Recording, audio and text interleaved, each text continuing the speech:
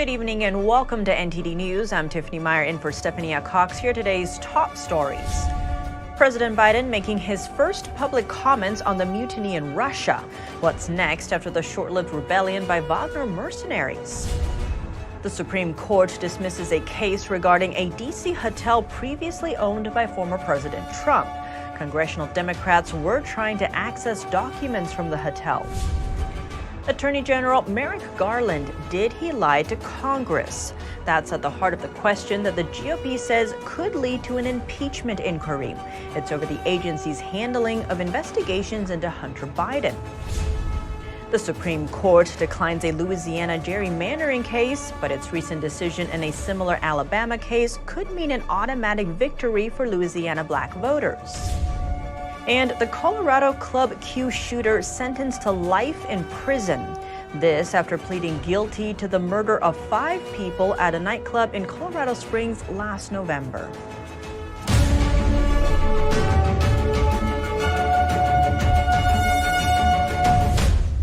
President Biden, as well as Russian President Vladimir Putin, are both speaking out after a short-lived mutiny in Russia this weekend. NTD's Iris Tao has more from the White House. President Biden on Monday tried to distance the United States from the mercenary revolt that happened in Russia this weekend, insisting that the U.S. and the West had nothing to do with it. We gave Putin no excuse to blame this on the West or to blame this on NATO. We had nothing to do with it. This was part of a struggle within the Russian system. At a Monday event at the White House, President Biden said he talked to Ukrainian President Vladimir Zelenskyy to assure him of U.S. support, and that he's also keeping in touch with U.S. allies to make sure that we're on the same page and continue to monitor the situation. But when it comes to what's next, President Biden said, but it's still too early to reach a definitive conclusion about where this is going. The Monday remarks mark the first time that President Biden has publicly spoken out after a mercenary group in Russia launched a revolt this past weekend. But the rebellion was short-lived as the boss of the mercenary group, Yevgeny Prigozhin, allegedly reached a deal with the Kremlin to pull back his troops in exchange for amnesty.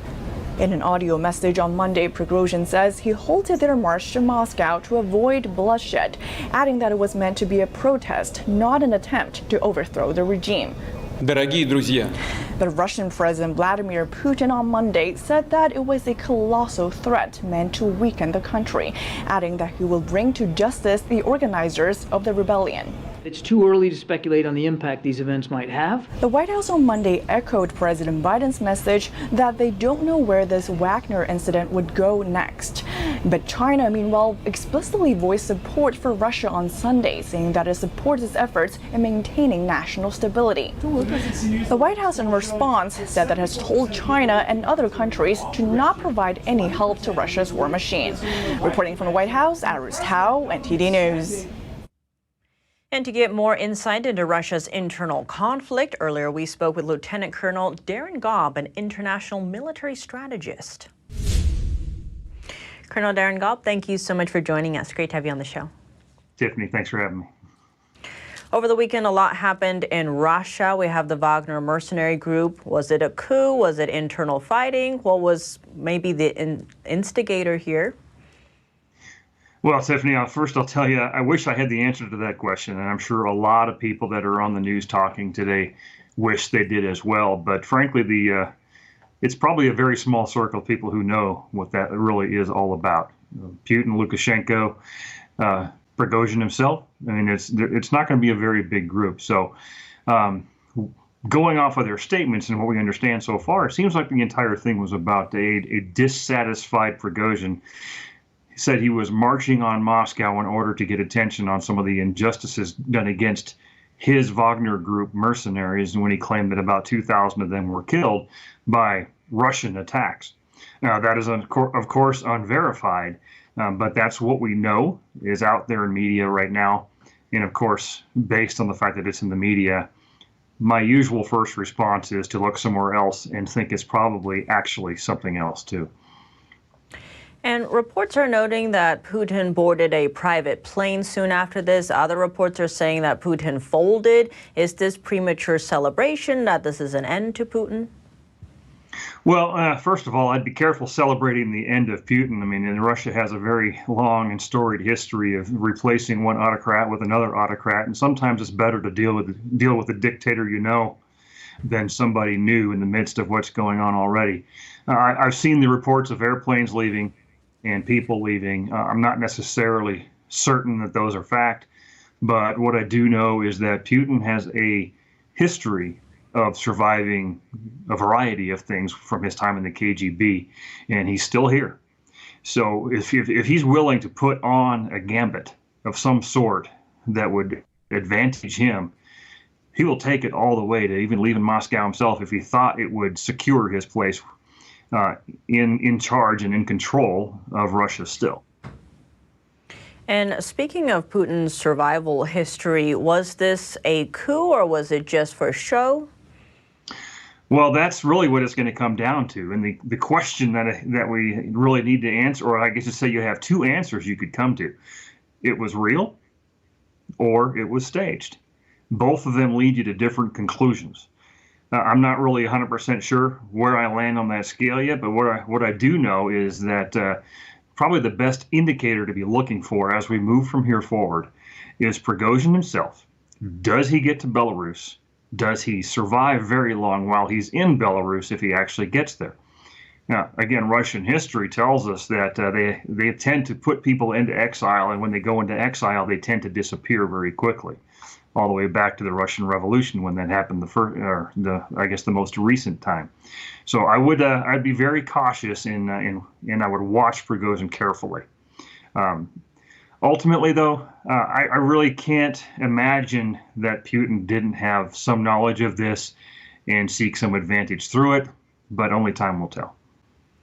And now, if this were to escalate and go full-blown and other countries would get involved, how would you see China's involvement? China has this no-limits friendship with Russia. You saw them issue a pretty terse statement on Sunday evening. Where do you see that going?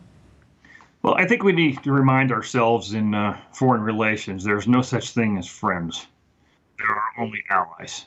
Mm-hmm. And that may be something that's temporary based on the situation, or it could be permanent or more permanent. I think China is perfectly willing to have a weakened Russia and a weakened United States, that they don't have to deal with either one of the two. But ultimately, only Russia is right next door. So China will do what China always does, which is see the situation and make a plan of some sort that will give them advantage, even if it's over an ally. So if Russia were to really get weakened, say internal fighting, you're saying China would find a way to turn that into a benefit. How would that work? Well, ultimately what China really wants is to be the number one player on the global stage. And if the distance between them and number two and number three grows even wider, they'll take advantage of that. And, two being the U.S., three being Russia, whatever that may be. But China really would like to know that they have that ability to be the number one power player on planet Earth. Colonel Darren Gobb, thank you so much for your time. Tiffany, thanks for having me on. The Supreme Court has dropped a lower court case regarding a D.C. hotel once owned by former President Trump. It centered around whether congressional Democrats could access records from the hotel. The case raised questions about when members of Congress and not a full committee had the legal right to sue an executive agency for documents. And the issue has been put on pause for now. The Supreme Court's decision came after congressional Democrats dropped the case in a lower court. It most likely contributed to the justice's decision to clear the case. The Supreme Court is now entering the final week of its term. It's expected to release decisions on a total of 10 cases, including an affirmative action case and a decision on President Biden's student loan forgiveness program. House Speaker Kevin McCarthy seems open to an impeachment inquiry for Attorney General Merrick Garland. This is over IRS whistleblower allegations that the DOJ meddled in the Hunter Biden investigation. NTD's Melina Weiskup has the details. So Speaker McCarthy directly said that if these allegations by the IRS whistleblowers are true, they will be a significant part of a larger impeachment inquiry into Merrick Garland's weaponization of DOJ. So he posted that just yesterday on Twitter, along with a screenshot from one of those whistleblowers' attorneys. A few whistleblowers testified before Congress behind closed doors last week, laying out evidence of what they say appears to be the DOJ having handled Hunter Biden's case differently than they would have an average American. Here's how Chairman of the Ways and Means Committee puts it. $2.2 million in unreported tax on global income streams to Mr. Biden and his associates from Ukraine, Romania, and China. Attorneys for Biden were made aware prior to any search, providing them valuable time to remove any materials that could be useful evidence. Few Americans qualify for such soft glove treatment from federal investigators. Another allegation is that U.S. Attorney David Weiss asked to have this case carried out here in D.C., but he was denied. He then asked the DOJ to provide him a special counsel, which would have given him more authority over this case. That request was also denied. Speaker McCarthy saying last week before leaving the Capitol that this raises questions. Watch. And what did they do during this? Did they withhold information? Did they advise him ahead of time? Did they treat him much different? Another allegation that the GOP is highlighting is a comment made by Weiss. He said, quote, "I'm not the deciding official on whether charges are filed." Now, this comment by Weiss was just backed up with the publicization of the internal IRS email. Now, this all conflicts with the testimony that Attorney General Merrick Garland gave to Congress back in April. He told Congress members that Weiss had the ultimate authority in this Hunter Biden case. All of these inconsistencies are ultimately what led up to Speaker McCarthy saying that there is a possibility for this impeachment inquiry into Garland. Reporting from Capitol Hill, Melina Weisskopf, NTD News. A transgender state senator in Delaware is running for Congress. If elected, Sarah McBride would be America's first transgender member of Congress. The 32-year-old Democrat has been serving as a Delaware state senator since 2020 and is now running for Delaware's at-large congressional district. The seat is currently held by Democratic Congresswoman Lisa Blunt Rochester, who is seeking higher office. McBride is currently the highest-ranking elected official in the U.S. who is transgender. In the campaign announcement today, the lawmaker said, quote, "I have the experience and the determination to deliver bold changes." Louisiana could be getting new voting districts in time for 2024. The Supreme Court today lifted a stay on a lower court's order to redraw the map. Two groups of black voters are accusing the state's Republican-led legislature of violating the Voter Rights Act. They argue that the map only makes one black majority district, which dilutes their voting power. They claim that the law requires the state to create a second black majority district. In a recent Alabama case with similar arguments, the Supreme Court ordered the state to redraw its congressional map to include two black majority districts rather than just one. We now turn to our legal correspondent, Arlene Richards. Arlene, to begin, what do you see happening next here? So in this instance, the case will now go back to the appellate division where a full trial will be had. The parties will have an opportunity to re-argue their positions, and then the appellate division will make a decision. But this time, the appellate division will be able to look to the guidance from the Supreme Court's decision a few weeks ago in the Alabama case. And on that note, zooming in, what are some of the differences and similarities between this Louisiana case and the Alabama case? So in both cases, black voters were claiming that they were being discriminated against because the new maps only gave a majority in one district rather than in two. And in the Alabama case, the black voters said that the population had increased in the last 10 years, so that now there were more black voters to spread into a second district. And what the Republican-led legislature did in the Alabama case was that they put a majority of the black voters in one district, and then they divided up the remainder of the population into three districts. In the Louisiana case, it's very similar. They're also arguing that, there was a change in population, but the population didn't increase. What happened was they moved from the north to the south, so that now there were more voters in the southern part of the state than in the northern part, which changes the distribution. And they said that the old map wouldn't work now. So What happened here was that a majority of the voters were put into one district and the remainder were spread across five districts. Another difference here is that in Alabama, there was a quarter of the population was now black voters, whereas in Louisiana, it was a third of the population. What's interesting is that the Supreme Court did not decide to join the two cases together.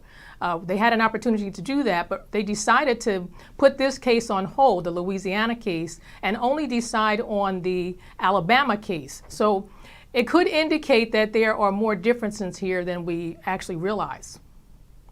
And on that note, given the similarities that we know of, does the Alabama case in a way set a precedent for the Louisiana one? Can we expect a similar outcome or no?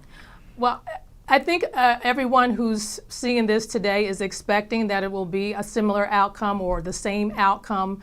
But as I said, it's unusual that the Supreme Court did not join the two cases. And apparently, the state of Louisiana had asked them to do that. At least that's according to what the plaintiffs are saying, that they had asked them to join the two cases because they were so similar or the same.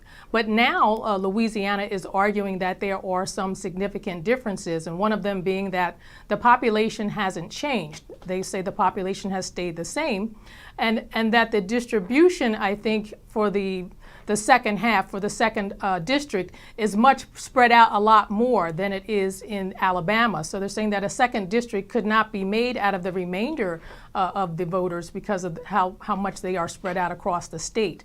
And so they're arguing now that this is not actually the same case, and that the Supreme Court did not address all of the same instances in this case as they addressed in the previous case. And in terms of the voters, what is the impact of the cases here as we head into the 2024 election season? So if the Louisiana case comes to play out the same as the Alabama case, this gives the black voters another district to vote in, and it gives them more power to vote for the candidate that they want, which is likely going to be a Democratic candidate. And if you look at the overall election come November 2024, all of the congressional seats will be open, all 468 in the House and in the Senate. And if these two cases turn into more cases in other states, which is a possibility, then that will give, if the ruling comes out the same, then more black voters will be able to vote for Democrats.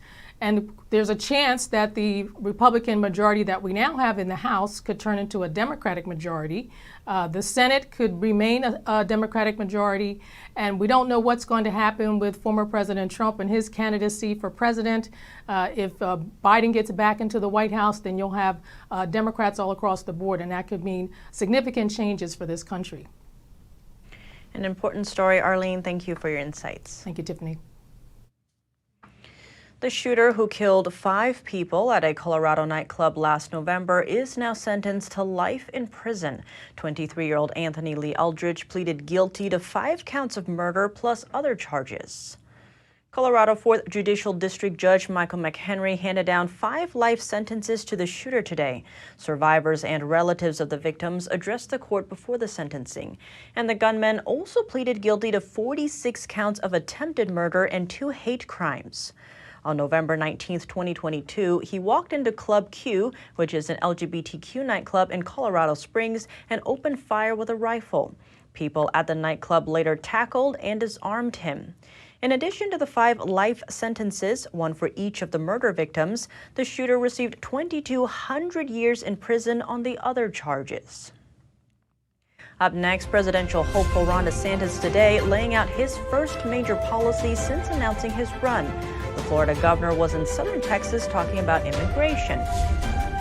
New York City has drafted new rules to try to cut down emissions from pizzerias, and it could cost businesses tens of thousands of dollars. That and more when we return with NTD News.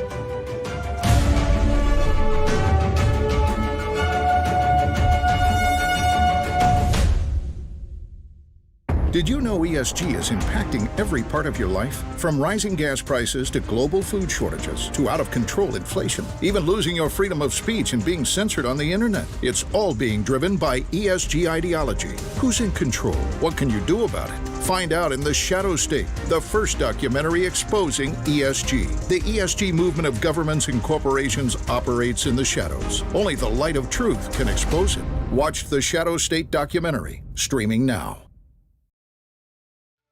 Wow, it's so soft and smooth. It's cool to the touch. How did you do that?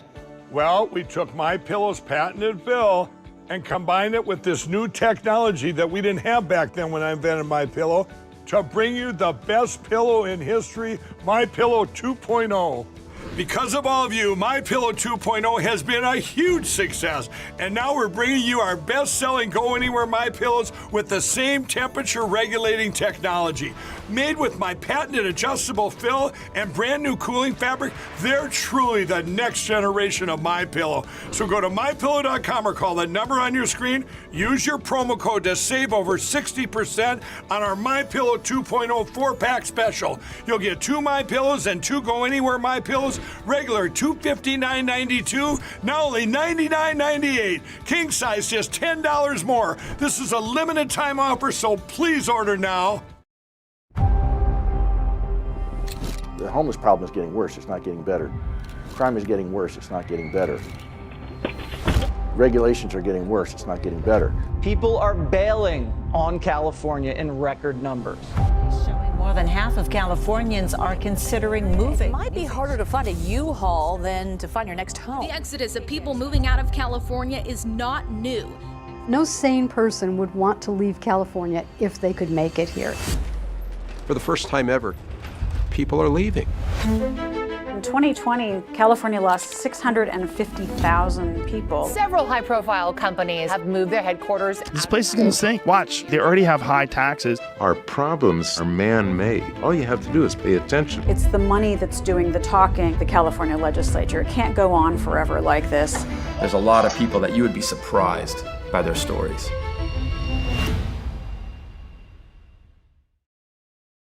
Hey, Bobo.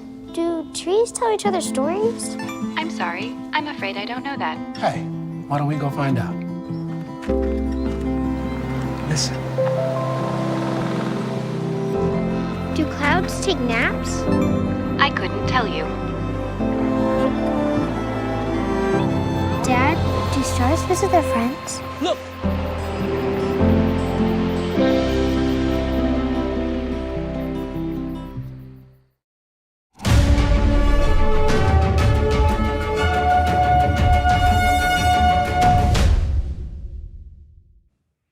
Welcome back. Presidential hopeful Ron DeSantis says he'll continue construction of the border wall, give more enforcement power to individual states, and more. The governor laid out his immigration policy today for the first time. Here are his plans. But this impacts communities all throughout this country. Florida Governor Ron DeSantis in southern Texas on Monday, addressing the immigration crisis. This is his first major policy statement since he announced his run for president. The governor says he plans to tackle immigration his first day in office, if elected. DeSantis is advocating for the use of military force to fight Mexican drug cartels smuggling human beings, fentanyl, and more into the country. And if someone was breaking into your house, you would repel them with the use of force, right? But yet if they have drugs, these backpacks, and they're going in and they're cutting through an enforced structure, we're just supposed to let them in? You know, I say use force to repel them. According to DeSantis, the border is under the control of Mexican drug cartels, something he vows to fight against. We will designate them either a transnational criminal organization, foreign terrorist organization. Chip and I are talking about. Bottom line is we're going to give them a designation so that we can unleash more federal power to be able to kneecap the cartels. Immigration is set to be a major topic in the 2024 presidential election. A new poll by the Associated Press shows that 6 out of 10 Americans disagree with President Biden's handling of the border. Former President Trump over the weekend campaigned by promoting the 300 miles of border wall he constructed during his presidency. DeSantis, meanwhile, commented on the fact that the wall is incomplete. You got to finish the job, and there's a lot more you got to do on that. DeSantis also promises to end the so-called catch and release policy. The rule currently allows for the release of illegal immigrants into the country until their court dates. If they come and know what'll be happen is they'll get a sheet of paper saying come up for a court date in 3 years and just go enjoy the United States, well, then they're going to do that. If they come and if they're denied entry or if they're immediately repatriated, well, guess what? People are not going to want to mess with this. DeSantis says he'll also reinstitute the Remain in Mexico policy and promises to end birthright citizenship. However, a new NBC poll shows the Florida governor trailing far behind Trump, with 22% for DeSantis and over 50% for Trump. Staying with the U.S. border crisis, is the record influx of illegal immigrants driving border officials to quit their jobs? In the past 2 weeks, 4 President Biden's top border officials have quietly resigned, bringing the total up to 7 in recent months. The latest came this week as Deputy Secretary of Homeland Security John Tien announced his resignation just 1 year after taking the position. Tien is a highly decorated U.S. Army veteran who served as the director of the National Security Council under the Obama and Bush administrations. A Department of Homeland Security survey indicates that out of the 9,300 border agents who responded, about a quarter said they plan to quit their jobs. And among them, some have accused the Biden administration of silencing whistleblowers who have reported thousands of missing migrant children. According to reports from the Federation for American Immigration Reform, the total number of illegal immigrants living in the U.S. has reached 16.8 million, and they're now costing taxpayers $151 billion a year, marking a 30% increase since 2017. New York City is trying to cut down emissions from pizzerias, and it could cost businesses tens of thousands of dollars. NTD's Jason Perry reports. Historic pizzerias in New York City could soon face a major dilemma. The New York City Department of Environmental Protection has drafted new rules that could change New York City pizzerias forever. Let's go inside to see how they feel about this new rule. According to the New York Post, the drafted rules would require pizzerias with coal and wood fire ovens installed prior to 2016 to cut down carbon emissions by 75%. But we want to comply, but we got caught off guard. Frank Santora is a manager at Grimaldi's Coal Brick Oven Pizzeria. Well, I heard at 7 o'clock this morning all about it, and now we have to get some information, get some proposals, if you will, and see what we need to do, and then we comply.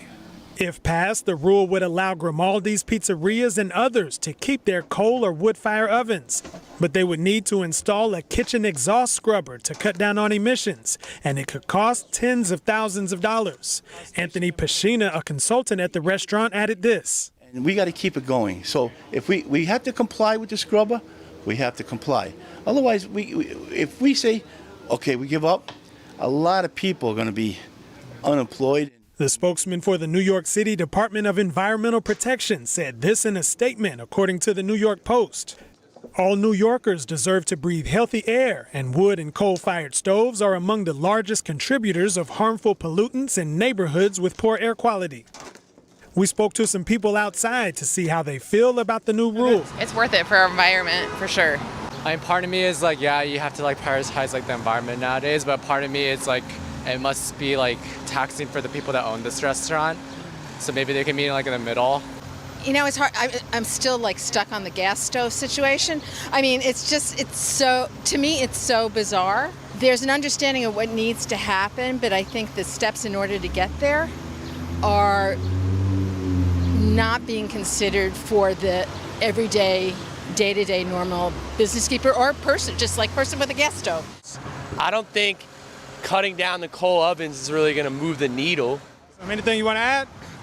Yeah, let's stop the war on pizza, you know? We don't know exactly when this new drafted rule could go into effect, but it could impact under 100 pizzerias in New York City. Jason Perry, NTD News, New York. Over to the West Coast and a North Hollywood pizzeria, something's cooking, but it's not your typical slices of cheese pizza. What LAPD officers recently discovered has caught the whole neighborhood by surprise. Pizza is widely adored as one of our favorite foods, but one shop's appeal quickly fades when illegal operations unfold behind closed doors, leaving a sour taste in our mouths. LAPD officers raided what looked to be a pizza shop located next to an animal hospital in the 7300 block of Radford Avenue in North Hollywood. But instead of pizza pies, the officials found what they described as a super lab where illegal THC concentrate was produced. A local resident told me she has been long suspicious of the store since it was always closed and no one could be seen coming in or out. You can never smell pizza either, by the way. Just because the building was recently done that way, it just looked too secure for, an industrial area like ours. How long do you think it has been running as a fake pizza shop? I would probably say since they've been here, which is probably a couple of years at least. Pictures posted by the LAPD on Thursday and Friday show vats that were used to make cannabis honey oil. Images show several food trays containing what appeared to be shatter, a glass-like THC concentrate. One LAPD officer posed while holding an empty cardboard pizza box that read, "Hot and fresh pizza." The LAPD did not disclose if any arrests were made. Little did this neighborhood know that this warehouse was cooking up a recipe for disaster. Unfortunately, this pizzeria won't be making any hot deliveries anytime soon. Christina Corona, NTD News, North Hollywood. Fox News today announced a major primetime shakeup months after Tucker Carlson left the channel. A variety of hosts are getting new time slots for their shows. Jesse Watters' primetime is moving to Carlson's old time slot at 8 p.m. Eastern Time. Longtime host Sean Hannity will remain at his 9 p.m. hour. Laura Ingraham's show will be moved to 7 p.m. and Greg Gutfield's program will start at 10 p.m. Eastern Time. Both Gutfield and Watters are hosts of Fox's most popular show, The Five, which airs at 5 p.m. The changes will go into effect next month. Nelson data shows that Fox News' primetime ratings have dropped after Carlson's departure. The replacement show, Fox News Tonight, hasn't been able to recapture Carlson's viewership numbers. Coming up, Representative Marjorie Taylor Greene suspects someone was trying to hack into her smart TV. Experts say smart TVs are among the most hackable devices on the market. How can you protect yourself?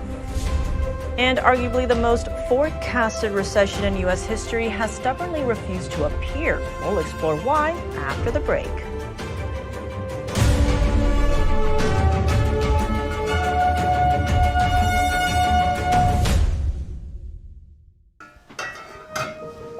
Hey, I told you enough of that. But look, this is different. It's Ganjin World.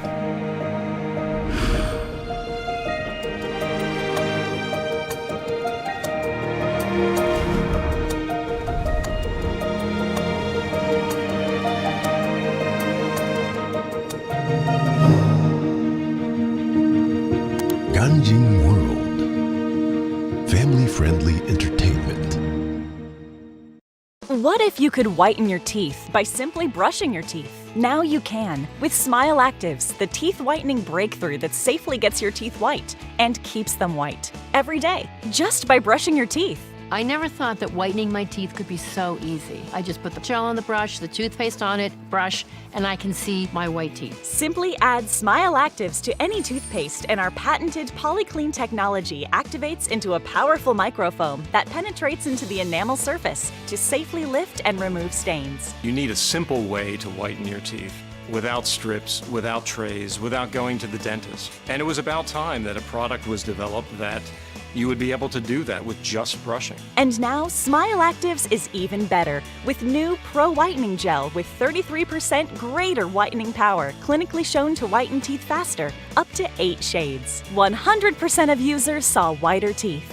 On food stains, coffee and wine stains, even on veneers, crowns, and dentures. I eat the blueberries, I drink the coffee, and I know that Smile Actives will keep my teeth white every day. If you could use something so easy like Smile Actives to take yellow teeth to white teeth, why wouldn't you? Why spend hundreds of dollars for whitening treatments at the dentist when now you can whiten your teeth with new Smile Actives Pro Whitening Gel every time you brush your teeth? Call or go to smileactives.com and for a limited time get new Pro Whitening Gel for just $24.95. Order in the next 5 minutes and buy one, get one absolutely free for just $24.95. That's 2 for 1 and save 58%. We'll even include free shipping. Get your teeth whiter guaranteed or return it within 60 days for your money back. I smile every day now. The difference is literally night and day. So now I'm always smiling, always choosing, because now my teeth are much whiter. This offer is not available in stores, so call or click now before the special buy one, get one free offer goes away. Regardless of where you are on your path to retirement, you can still take charge of your financial future today. Visit aceyourretirement.org and answer a few questions from Avo, your friendly digital retirement coach, for free tips, resources, and advice customized for your situation to help you feel confident and prepared for retirement. Retirement looks different for everyone. Make sure you're prepared for your financial future at aceyourretirement.org.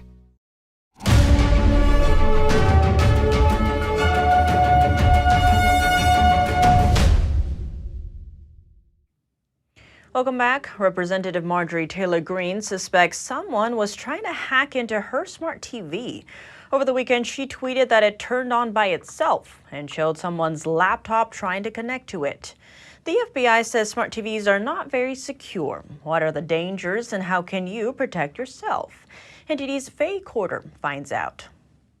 Over the weekend, Congresswoman Marjorie Taylor Greene tweeted that her TV turned on all by itself and that the screen showed a laptop trying to connect to her TV. She then tweeted a news article from CBS News about how your smart TV may be spying on you. The FBI says that smart TVs are more vulnerable to cyber attacks in comparison to smartphones and computers. The FBI says that smart TV manufacturers don't make them as secure. Allowing cyber criminals to have access to the camera that's built into the TV, the microphone that's built into the TV or your remote, access to the applications that reside in the memory inside of the TV. All of those things can be controlled and manipulated. Scott Schober is a cybersecurity expert at Berkeley Veritronics Systems. He says these criminals can know your IP address, where you live, and the content you're consuming. If you're watching something inappropriate, they can use that to blackmail you. But despite these dangers, Schober himself uses a smart TV. He says keeping it secure is relatively simple. Make sure you set it up with a long, strong password. Make sure your Wi-Fi network has strong password, user ID. Perhaps I recommend don't broadcast your SSID. The other thing is make sure that your Wi-Fi router and your network is configured with some level of encryption. WPA3, WPA2 are both strong encryption standards. Routers have encryption built in, but sometimes you have to turn it on through your computer. Encryption may slow down your internet connection, but it's completely vulnerable when not encrypted. Faye Quarter, NTD News. Experts say the smart TVs are among the most hackable devices on the market. If you own one that's over 3 years old, tech specialists say you might want to disconnect it from the internet, turning it into a dumb TV. Some experts also suggest that Greene may not have been the victim of a hacking attempt. They say it's likely, though not certain, that someone connected to her TV by mistake. The U.S. has widely been expected to go into a recession this year, yet it hasn't happened. What are some possible reasons? NTD Business's Don Ma talks to an economic research provider. And here to talk to me about how we have avoided a recession so far here in the U.S., Chief Strategist at Mill Street Research, Sam Burns. You know, we've been talking about a recession since last year. I mean, so far it seems like we haven't actually encountered one. Why do you think that is? Yeah, you're right. It's been a very widespread assumption that from late last year that we'd be in recession any time now, and certainly by now. And by according to most all the data, we're not. I think the main reason that people have gotten it wrong is they've been focused heavily on the Fed and monetary policy and assuming that all the tightening that they've done would cause a recession by now. But I think what they've missed or overlooked in some ways is fiscal policy. I think that's really the difference this cycle versus a lot of previous cycles where fiscal policy is actually quite supportive right now and helping to offset the monetary tightening that we've seen from the Fed. And that's, I think, the main reason why we're not in recession now when we might otherwise have been. And to your point, I think one of the biggest liquidity injections into the economy was the stimulus checks during the pandemic. And it takes a while for that money to, filter itself out of the economy, because if one person spends money, it doesn't disappear. It's transferred to another person. So it takes some time. So do you think this will eventually filter out? The economy will eventually digest this amount of liquidity? No, I think you're right. There's definitely been a long sort of lag impact from all the stimulus that was due to COVID. But then the other thing that's happened is we've basically gotten kind of a second stage of it starting last year with all the infrastructure and spending bills and things that Congress passed. The infrastructure law, the CHIPS Act, the Inflation Reduction Act. Those are all pretty large bills that involved a lot of spending and investment and incentives for companies. And we're starting to now see that kind of filter through into the economy and a lot of companies. So you had the big first wave from COVID, it's just starting to slow down. And then you had a kind of a second wave driven less to consumers and more to businesses from these kind of infrastructure and stimulus related programs that will probably last for a while longer because they have kind of longer term impacts. So I think that's what we've had is we've had a second stage come along now that's also helping to support a lot of corporate activity and investment. And I would like to just point out, I'm not saying we're not going to have a recession, but if we do, this may be arguably the most forecasted, most expected recession in all of history. But that point aside, manufacturing is sort of in contraction right now, and meanwhile, the services side of the economy is not. I think that potentially is also holding up the economy from going into recession. What do you think? No, you're right. There was a big shift from people buying goods essentially, during and after COVID when they couldn't go out and do things, use a lot of services.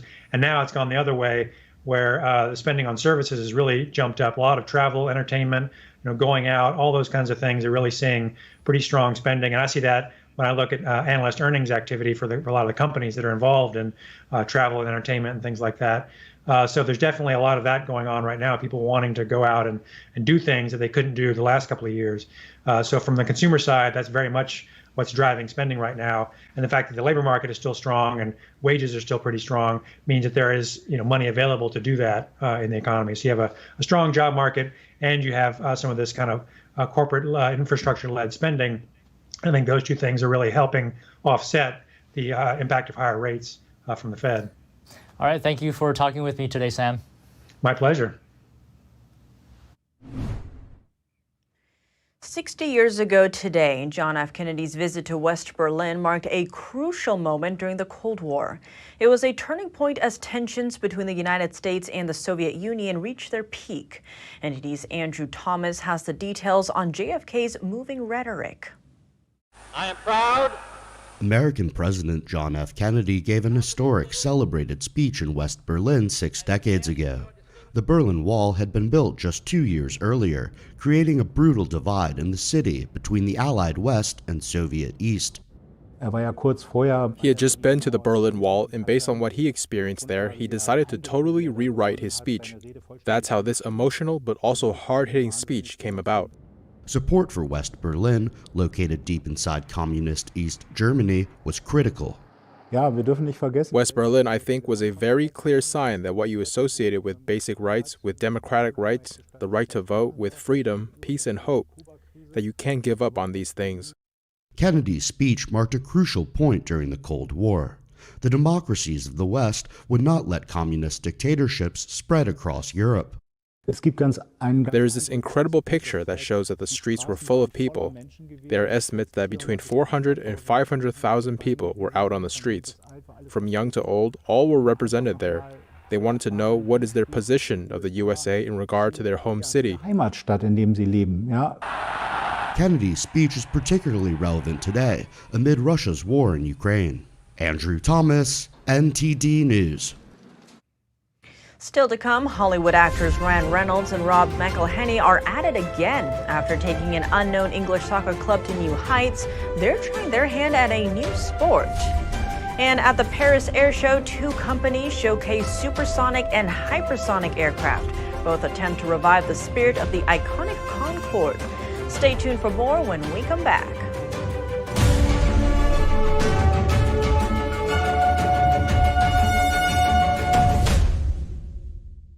Stay tuned to get 2 rolls of alien tape free. You wouldn't stick your mother-in-law on the wall, but you could with alien tape. It just sticks. Just peel and stick to make anything stay in place quick. Brick, pavers, marble, tile, plastic, even leather. Nothing works better than alien tape. You wouldn't stick your fishbowl on a moving car, but you could with alien tape. The secret is nano-stick technology that grabs and locks on to secure one side of the surface to the other. Alien tape secures in seconds, then twist, pull, and rinse to reuse. Call or go online to get your first roll of alien tape for just $19.99, plus shipping and processing. But to make this deal really stick, we'll give you 2 more rolls absolutely free. You get 3 rolls of alien tape for one low price. Order now. To order, call 1-800-490-1364 or go to tryalientape.com. So call 1-800-490-1364 or order online at tryalientape.com. It's just clear as day. The media, whether it's broadcast, cable, or print media, has become extremely biased. And I started looking online for alternative ways to get information. And I saw an ad for a free trial. And I looked at it and I said, Epoch Times. I mean, come on, this is end of days type of stuff. I mean, what are they going to be talking about here? And I said, well, it's a free trial. Let me dig in. Is it giving me both sides? Is it giving me an objective point of view here? I have looked for opportunities to see where they might be biased, and I don't find it. It has given me a level of trust in media that I didn't think I'd ever get back. I love the Epoch Times because it has renewed my faith in the idea that a reliable, responsible, non-biased source of information is available. And I can say that I love it because of that. I don't think that many kids in my son's school even do it. He makes fun of his friend who vapes. He would never try it. She's into soccer. She's on the honor roll. She's just not the type. No way. No way. No way. No way. My kid would never vape. Get your head out of the cloud. Today, nearly 8,000 kids will start vaping. Maybe even yours. Learn about the dangers at talkaboutvaping.org.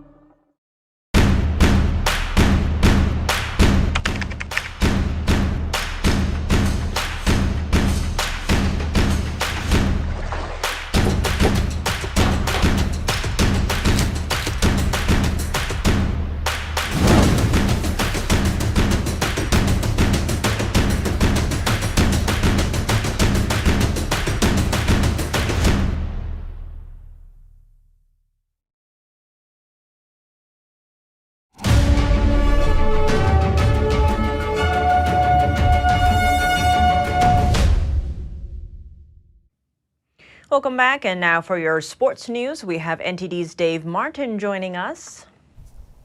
Dave, Hollywood actors Reynolds and Rob McElhenney, after their successful soccer club ownership, are getting into F1 racing.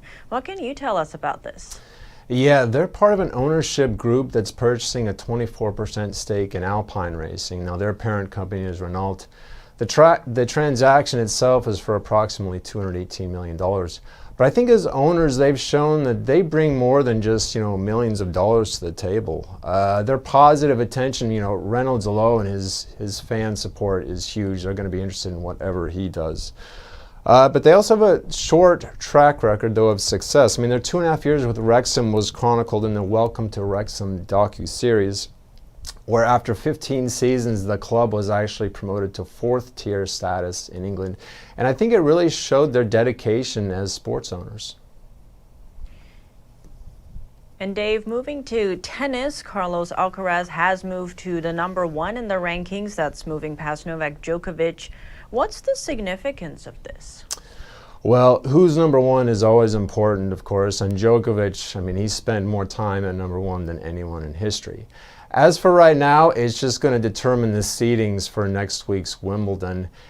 With them at 1 and 2, probably the only place they'll meet at will be the finals. And I think this is good for tennis because the big three, the former big three really, Federer, Nadal, and Djokovic has been reduced to 1, with Federer's career-ending injury and Nadal being out for the rest of the season with an injury. But at least Alcaraz and Djokovic have a bit of a rivalry in the rankings. Now, they've only played twice. That's because Alcaraz is pretty much new to the scene. But if they do play next month, Djokovic will definitely be the favorite. And expanding on that, if Djokovic wins Wimbledon, what does it do in terms of the argument for who's the best of all time? Well, it would practically be the nail in the coffin. I mean, listen, for a number of years, Federer held that title after he passed Sampras in major titles as well as weeks at number 1. Nadal eventually caught him in major titles, and then Djokovic passed him at weeks number 1. Now Djokovic passed Nadal in titles with 23 early this month when he won the French Open. If he gets this one, that would be number 24. I think at this point, if he does that, it seems very likely he's going to be he'll retire as the greatest of all time. And he's really going to make it difficult for anyone ever to even pass him. I mean, that would be 24 titles. He's still in his prime. And all those weeks at number 1, I think he's nearing 400 weeks now. So he's making it very difficult for anyone, let alone Nadal, to catch him. Dave, earlier you mentioned you have a feel-good sportsmanship story for us in international track and field. What happened there that made this a good story? Yeah, a great example of sacrificing for the team. At the European Championships in Poland, Team Belgium, both of their 100-meter hurdlers got injured at the last second, and so they had to look to their shot put and hammer throw champion Julian Błumko to step in and compete. Now this is significant for a couple of reasons. If no one competes for them, they're disqualified from the entire competition. But also, as you can see, Błumko is not the size of your average hurdler. You know, you need to be thin to gracefully go over these hurdles. So she went slow, which was the wise thing because you don't want to risk getting her injured, of course. She ended up finishing nearly 20 seconds behind the leader, but she actually finished next to last because one of them committed a false start. So the team ended up getting 2 points, but what was really nice was the crowd saw the sacrifice she made. They gave her a nice ovation, so it was a nice story, I thought. Good sportsmanship indeed, Dave. Thank you so much for joining us. Thank you, Tiff. And finally, how would you like to go anywhere in the world in 4 hours? A Swiss company is working on a hypersonic plane, and an American operations is also reimagining supersonic speeds for commercial use. NTD's Andrew Thomas has more on the need for speed at the Paris Air Show this past weekend. 20 years ago, the supersonic Concorde made its last flight. Low demand, expensive flight tickets, and a crash in 2000 led Air France and British Airways to retire the iconic aircraft. It's more expensive because there's an awful lot more fuel needed to fly supersonically. And with Concorde, what you saw is a couple being put into service immediately, New York, Paris, those kind of routes. But there's not enough routes with sufficient density of high-fare passengers to justify its own aircraft. At the Paris Air Show, 2 companies are showcasing their efforts to revive the spirit of the Concorde. Swiss company Destinus wants to go even faster than supersonic. The plan? Build the first commercial hydrogen-powered hypersonic plane. Hypersonic speed is 5 times faster than supersonic. A flight from Paris to New York would take about an hour and a half. We're trying to do the ultimate thing, which is flying people safely with hydrogen, no emissions, hypersonically. That's all over the world in 4 hours. Supersonically, that's just impossible. Competitor Boom Supersonic has a different approach. The company's Overture aircraft will be designed to run on 100% sustainable aviation fuel. SAF can be made from agricultural waste and cooking oil. In a way, it's a revival of the Concorde. We haven't had supersonic flight since the Concorde programs or Concorde aircraft were retired. There's no reason not to have supersonic flight. Despite dreaming big, these companies still face a major hurdle. The idea of a reborn Concorde equivalent sounds good in theory. The problem is that the people who were really needed to make this happen are the engine makers, and so far they have politely declined and indeed walked away. Andrew Thomas, NTD News. If you have any news tips or feedback for the show, you can email us at eveningnews@ntd.com. That's all for today's news. Thanks for tuning in. I'm Tiffany Meyer. Good night.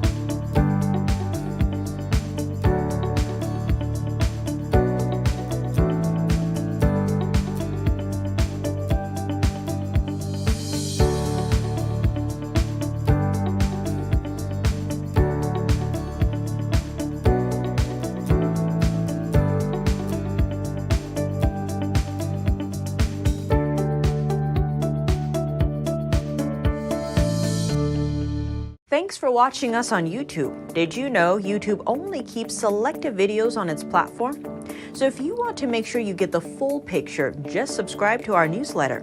Go to newsletter.ntd.com and sign up. It's free.